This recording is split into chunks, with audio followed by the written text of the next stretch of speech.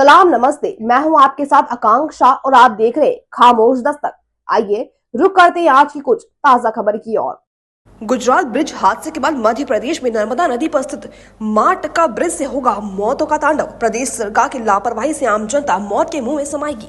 मोर टक्का पुल के वीडियो जारी करके प्रदेश सरकार पर लापरवाही के गंभीर आरोप।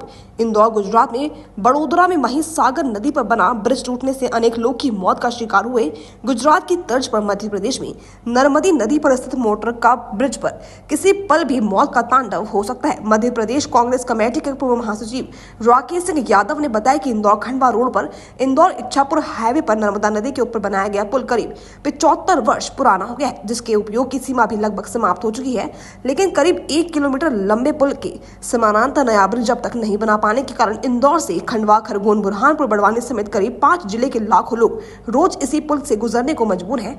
महाराष्ट्र को खंडवा के रास्ते मध्य प्रदेश से जोड़ने वाला इस पुल पर रोज हजारों टन माल से लदे भारी भरकम ट्रक और टैंकर गुजर रहे हैं। सितंबर 2020 में बाढ़ में पुल क्षतिग्रस्त हो गया था। सर्वे के लिए टीम गठित कर पुल की मजबूती जांचने के लिए इंदौर संभागायुक्त ने श्री गोविंद राम सेकसरिया इंजीनियर कॉलेज के सिविल इंजीनियर विभाग से जांच करने का फैसला किया। इसके मुताबिक प्रशासन द्वारा पत्र भेजा गया था। ब्रिज की प्रेजेंट स्टेटस रिपोर्ट तैयार की जाए, इस मामले के लिए टीम गठित की गई थी, लेकिन सर्वे जांच रिपोर्ट आज तक सार्वजनिक नहीं की गई है। जबकि ऐसी सूचना सूत्रों से मिली कि सर्वे जांच रिपोर्ट में पुल उपयोग योग्य नहीं पाया गया है। इस जांच रिपोर्ट को दबाकर पुल का उपयोग करना गुजरात ब्रिज कांड को दोहराने की कोशिश करने जैसा कदम है।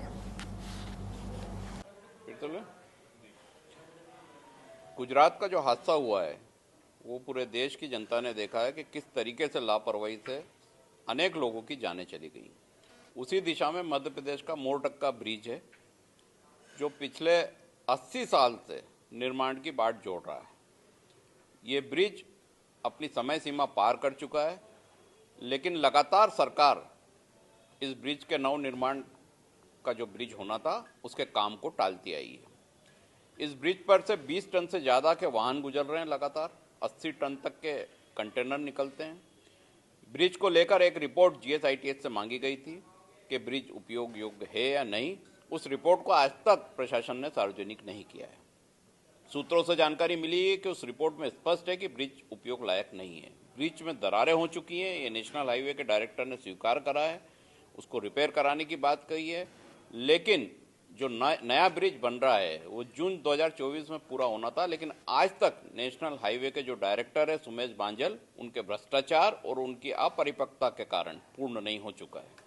गुजरात की एक कंपनी जो पुल का निर्माण कर रही है वो समय सीमा क्रॉस कर चुकी है, उसको भी ब्लैक लिस्टेड किया जाना चाहिए।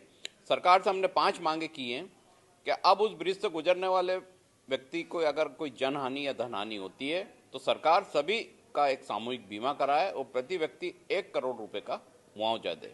GSITS की रिपोर्ट सार्वजनिक की जाए, जनता को बताया जाए कि पुल उपयोग योग्य है या नहीं।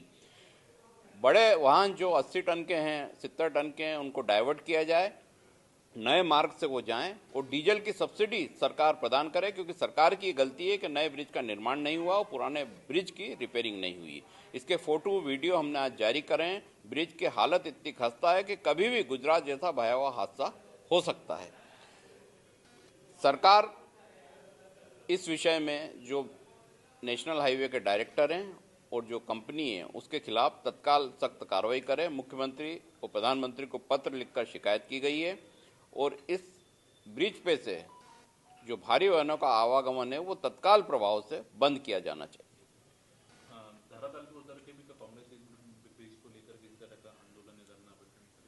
देखिए, आज हम लोग कल वहाँ ब्रिज पे पहुंचे थे, उसके वीडियो बनाए, फोटो बनाए, गुजरात हादसे के बाद उसको देखा, आज सरकार के नॉलेज में लाएं।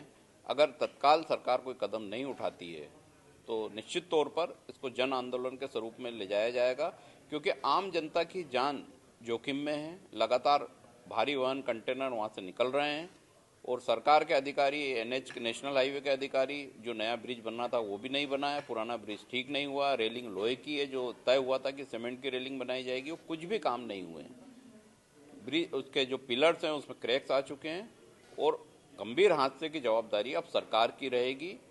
आज की तारीख के बाद कोई भी हादसा होता है तो सरकार को उसका जवाब देना है। देखिए, GSITS की जो रिपोर्ट है वो रिपोर्ट आज तक सार्वजनिक नहीं की गई है। इस बात को करीब साल भर होने आ रहा है, वो रिपोर्ट छिपाई गई है। मेरी ये मांग भी है कि जिन अधिकारियों ने रिपोर्ट छिपाई है, लापता की है, उनके खिलाफ भी एफआईआर दर्ज होना चाहिए। रिपोर्ट सार्वजनिक पटल पे आना चाहिए ताकि जनता को ये पता चले कि क्या रिपोर्ट आई थी। और जो जानकारी मिली है रिपोर्ट में स्पष्ट है कि अब पुल उपयोग के योग्य नहीं है। ये एनएच के डायरेक्टर भी स्वीकार कर चुके हैं और नेशनल हाईवे की टीम भी इसको स्वीकार कर चुकी है।